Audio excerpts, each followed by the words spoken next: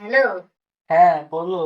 বলতেছি যে আজকে বাসায় কেউ নেই বুঝছো, মানে আমার রুমে আমি একা থাকবানে, তুমি তাড়াতাড়ি আইসো। আচ্ছা তাই নাকি? আমার তাড়াতাড়ি সময় করে চলে আসো, হ্যাঁ তাড়াতাড়ি আসো। আচ্ছা ঠিক আছে। আচ্ছা রাখলাম।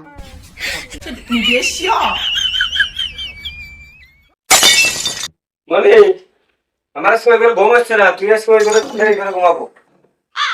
যাও এটা চলে যাও। আমি ওই জায়গায় যাতে পারলাম না, আজকে আমি এই জায়গায় শোবো।